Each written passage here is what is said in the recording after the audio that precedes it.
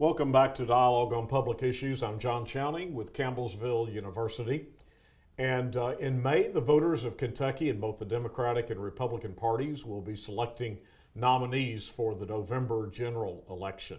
In the Republican Party, there are two candidates for Kentucky Attorney General. We have extended invitations to both of those candidates to do interviews with us, and we're very pleased today to have State Senator Will Schroder, candidate for Kentucky Attorney General. Senator Schroder, welcome. Hey, thanks so much for having me. Tell us a little bit about yourself, Senator. Yeah, so I'm currently a state senator, represent Campbell, Pendleton, and Bracken counties. I would argue I have the most unique Senate district in the state. It's really unique in the sense we have urban areas such as Newport, and then we have a lot of suburbs, Fort Thomas, Cold Spring. Then I have a lot of rural areas. I have the southern end of Campbell County, and then Pendleton, we have Falmouth, and Bracken County as well. Augusta is the most well-known. Augusta and Brooksville are the two biggest cities in Bracken County, but a very unique district. On top of that, I'm a father. I have a 2.5-year-old daughter, Grace. Congratulations. Thank you. A son who's 8 months old. His name is Trey. He's the third, but we call him Trey. Very good. And my wife is my high school sweetheart. So. All-American family. That's great. That's life at its best, yeah, I might add. It's great. Tell us about your background, your professional background, and your qualifications specifically to serve as Attorney General. Right, that's a great question. So I, after law school, became a prosecutor in Campbell County.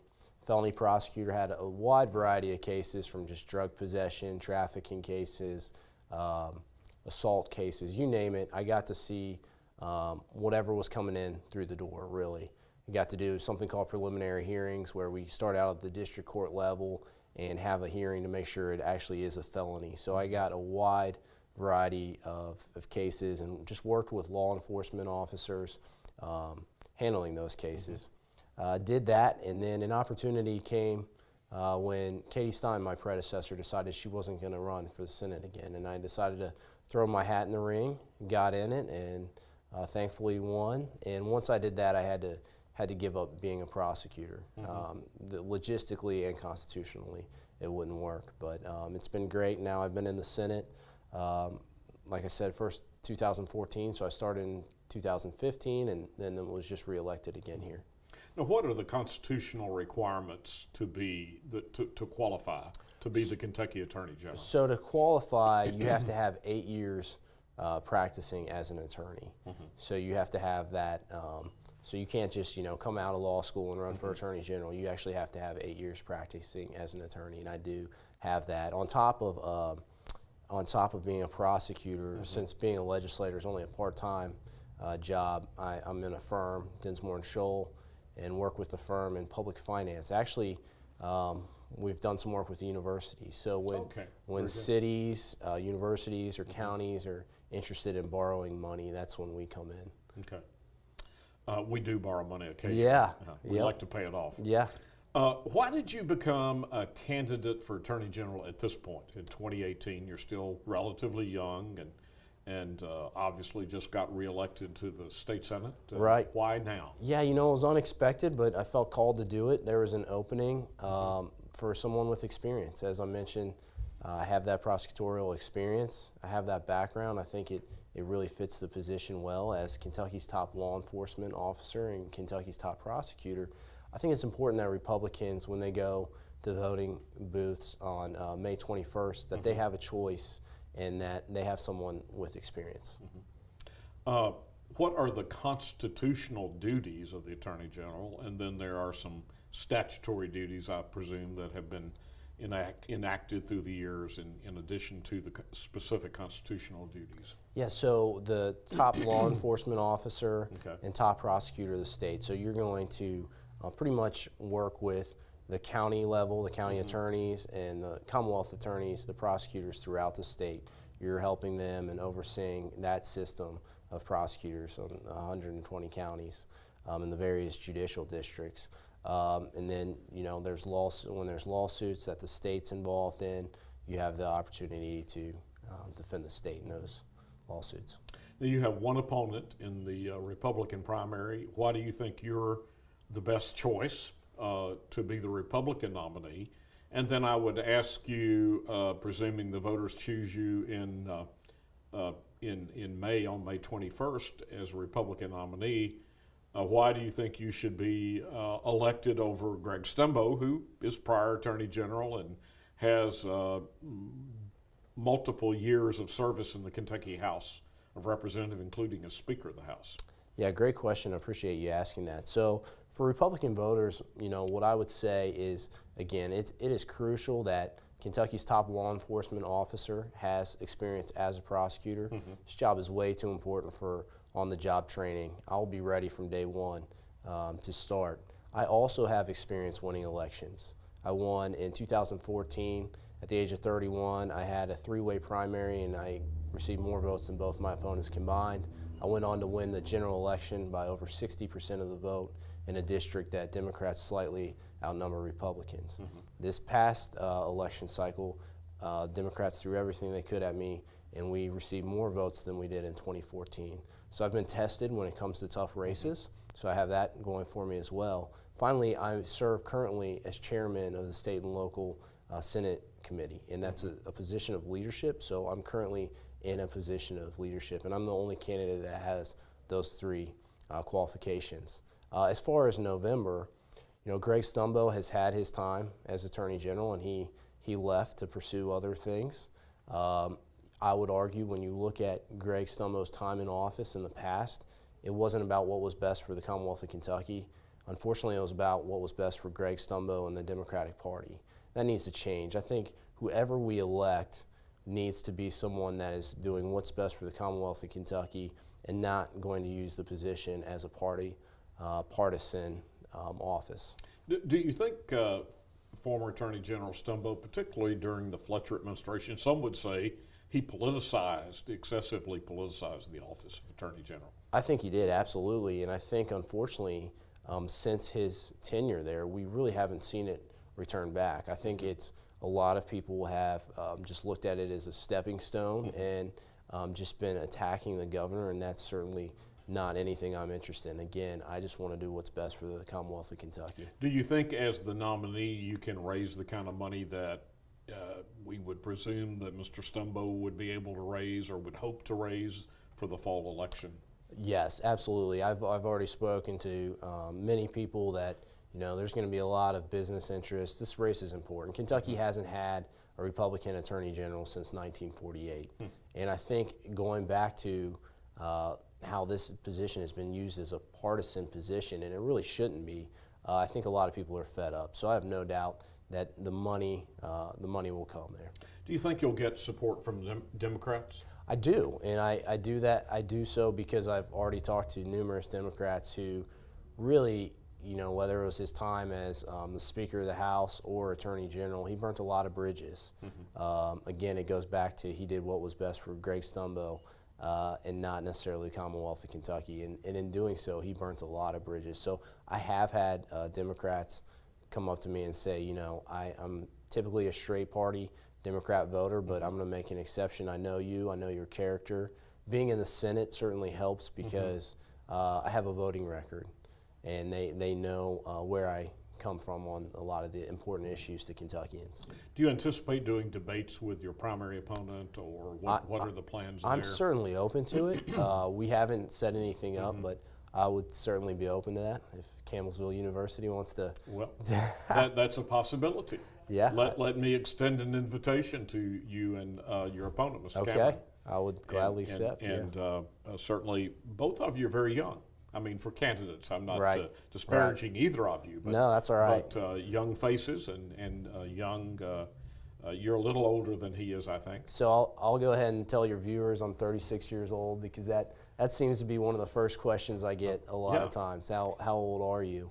Well, I happen to be one of those, and I'm not endorsing anyone in this race, but I happen to think in a day and time, at least at the national level, when all of our political leaders are older, more my age, I think it's time for some younger generation to step forward in leadership. Yeah, in 20, I appreciate you saying that. In 2014, when I ran for state senate, I was the youngest candidate, and the Kentucky Constitution, you have to be 30 to run, and I was 31 when I won my primary, And I was really nervous about that because I thought voters were going to say you're too young. And what I found knocking on doors and talking to voters at fish fries or just out in public, a lot of people shared that perspective. They said, it's time for new leadership, it's time for new ideas, and we're going to place our trust in you. What are the three top issues in this race, Senator, from your perspective, and related to each of those, what proposals would you put on the table as Attorney General to address those issues? Yeah, so the pillars of my platform, three things. I go faith, family, and freedom. And to break those down, when I talk about faith, I'm a pro-life candidate. In the Kentucky State Senate, I've always worked to help pass pro-life legislation. Just recently, we passed the heartbeat bill. And that's something that our current Attorney General has refused to stand up for. So I'm willing to fight liberal activist groups like the ACLU, Planned Parenthood. I'm not scared to take those groups on when it comes to pro-life. I want to be a voice for the voiceless. When it comes to family, we've had a drug epidemic that I saw firsthand as a prosecutor at the front lines. Then it was mainly heroin, and this last year, heroin arrests were around 8,000, but meth arrests were over 30,000. So the drugs have changed, but the drug epidemic is still in full force. And as you know, that destroys not only individuals, it destroys families, communities, and we've seen that throughout Kentucky. So I have that experience working with law enforcement and will continue to do that to help address the drug epidemic. And then as it relates to freedom, I've been a champion in the Senate for First Amendment rights and Second Amendment rights. We just passed the Second Amendment bill out of chambers this past week, but those two freedoms, of course all the constitutional rights I will fight to protect, but especially those two. We've had an Attorney General who has had an opportunity to speak up for some First Amendment cases and a Second Amendment case, and really has stood on the sidelines, and that would change under my administration. Explain the heartbeat bill you mentioned in your first of the three under faith, but specifically what would that bill provide for? So once a heartbeat is detected, you can no longer have an abortion. Okay. And so it's a pro-life bill. There's also some reporting language in there that says, doctors have to start reporting, some reporting requirements, but yeah, it's a pro-life bill. You mentioned drug abuse rampant, your role as a prosecutor. Drug overdose deaths have skyrocketed across Kentucky. Right here in Taylor County, I heard some statistics over the weekend. We're in the top 200 counties in the nation in terms of certain drug overdoses and hepatitis cases related to use of needles and so forth. What would you do as Attorney General specifically to address the problem? Do you support measures that would decrease incarceration for users, increase treatment, and place more emphasis on treatment and other approaches, and any other reforms and any other ideas that come to mind to address this very, very serious problem? Yeah, so a lot of questions there. I'll try to break them down. Sure. But when I started out as a prosecutor, the focus definitely was on punishing. We need to punish, we need to punish, we need to punish. And that mindset started to slowly change, especially right around the time I was running in 2013-14 for the state senate. Started looking at, treating this addiction and trying to find treatment. And that was one thing that always frustrated me as a prosecutor. I would have individuals who had addiction problems, but trying to find that treatment, trying to get them a bed for treatment was just hard to do. There was a lack of beds available in the area that I represent. And when I was elected to the state senate, we had in 2015 a heroin, there was a legislative bipartisan group that was put together to work on a heroin legislation, and we were able to pass that. Some of the things it did increase penalties for traffickers, but when it relates to users and neonatal, so the babies that were born dependent on heroin, we put more funding into those so they would have the resources to do that. So, if elected, I'm going to certainly continue to work with the legislature. It's an ever-evolving problem when it comes to drugs because they constantly change. You have to constantly find new solutions. And when you look back at what we've accomplished in the last 4 years in the Senate, we've been working to address the opioid epidemic, and we've been having some success there. Right. But now, like I said, now it's meth. So it's a completely new drug as far as the focus, and you have to treat it differently. You have to address it differently. If I may interject, I understand it's not meth that's produced by our local yokels out in the hinterlands. Right. It's meth being brought in by cartels. Is that correct? Correct. Yeah, the majority of the meth that we're seeing in Kentucky, according to law enforcement, is coming across the border from Mexican drug cartels. So they're either smuggling it across the border, or sometimes these drug cartels set up in the United States. They'll set up, a house and start producing meth in the United States, but it's still being known by the Mexican drug cartels. So again, I would work with law enforcement as chief law enforcement officer, and as chief prosecutor, I'm going to work with the county attorneys, Commonwealth attorneys, make sure that they have the resources that they need. There has been some effort across the country to go after the drug companies on the opioid issue, that maybe some of the major drug companies, I don't want to say the word conspired, but contributed to the cause of addiction through pain clinics and this sort of thing. Is that a legitimate role for the Attorney General to be participating in? I think so, and just so your viewers are aware, like when you hear the drug companies and you think, well, people had the option to take those drugs or not, so why would it be their fault? But when you start looking at the evidence that's come out, a lot of the drug companies were saying, oh, they're safe, they're not addictive. So similar to the cases you had with big tobacco and some of the misleading advertising, that was occurring here too. In Kentucky, I think as we've mentioned, the opioid epidemic when it came to pain pills was just astronomical.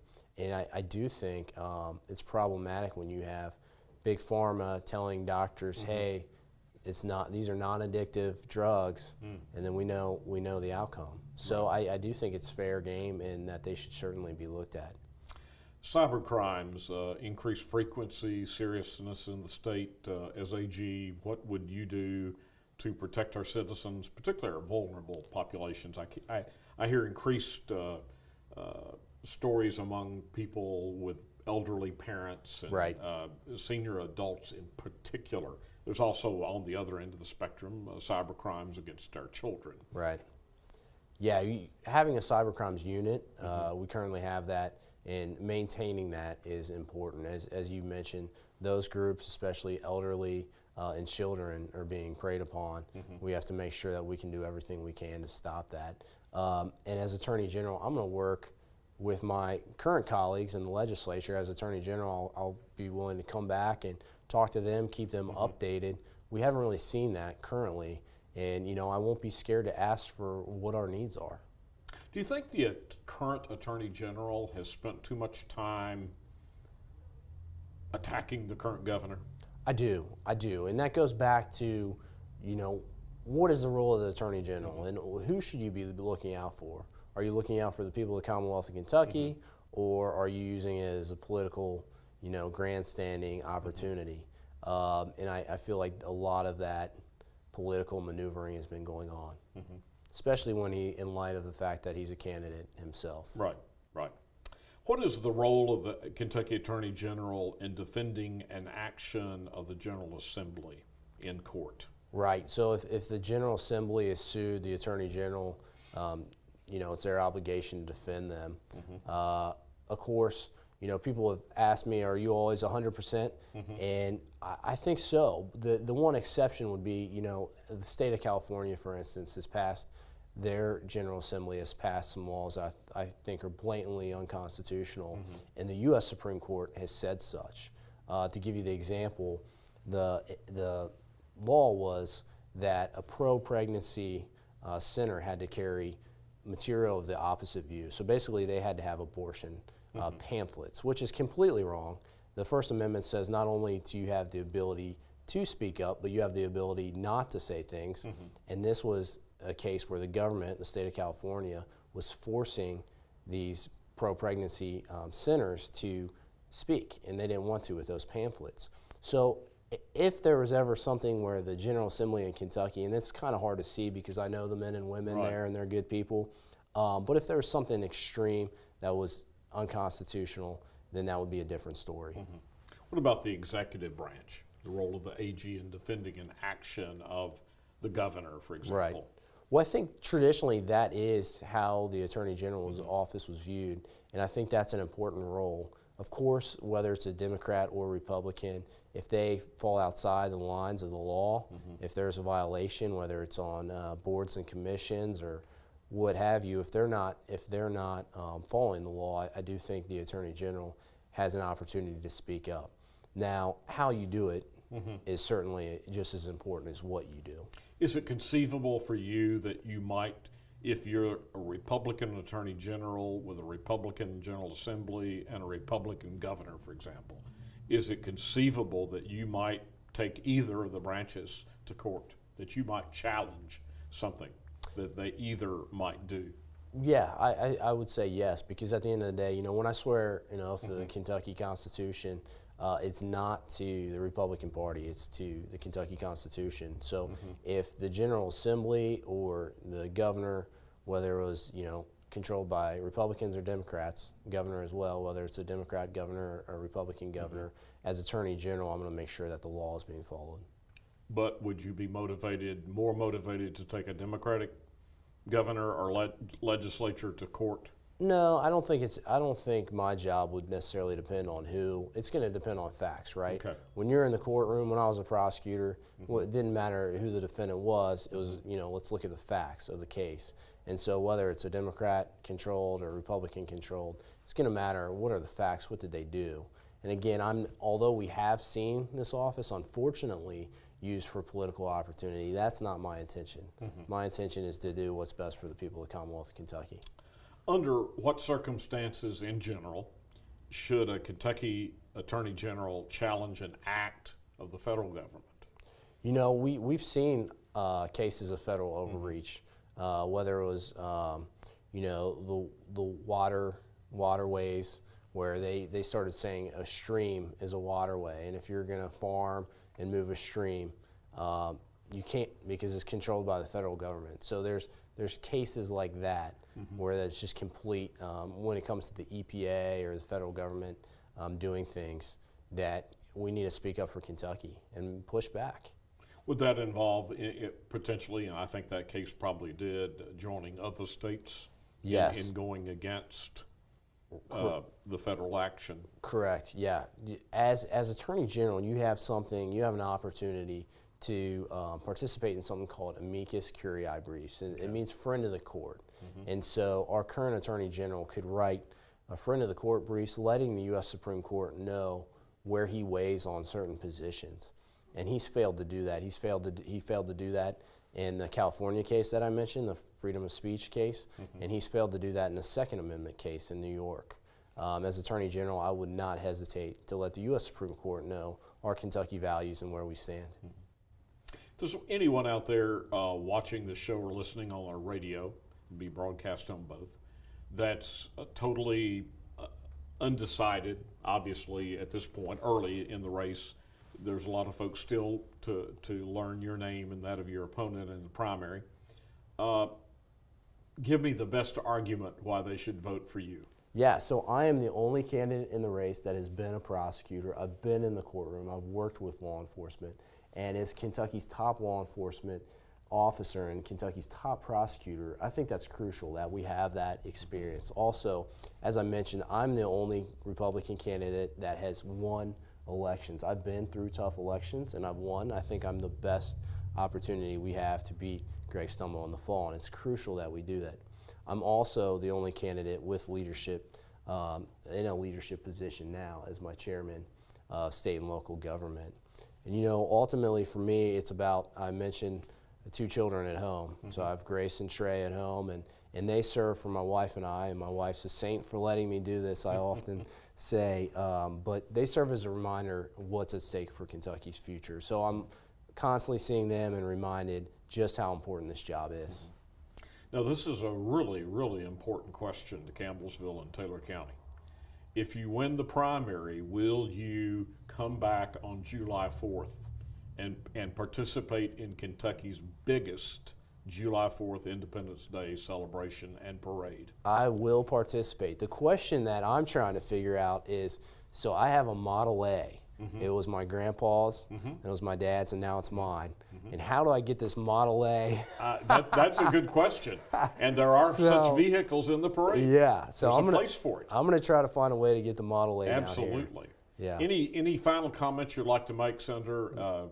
We appreciate your taking time. Yeah, no, I appreciate the voters educating themselves, and hope you consider me. I hope to earn your vote.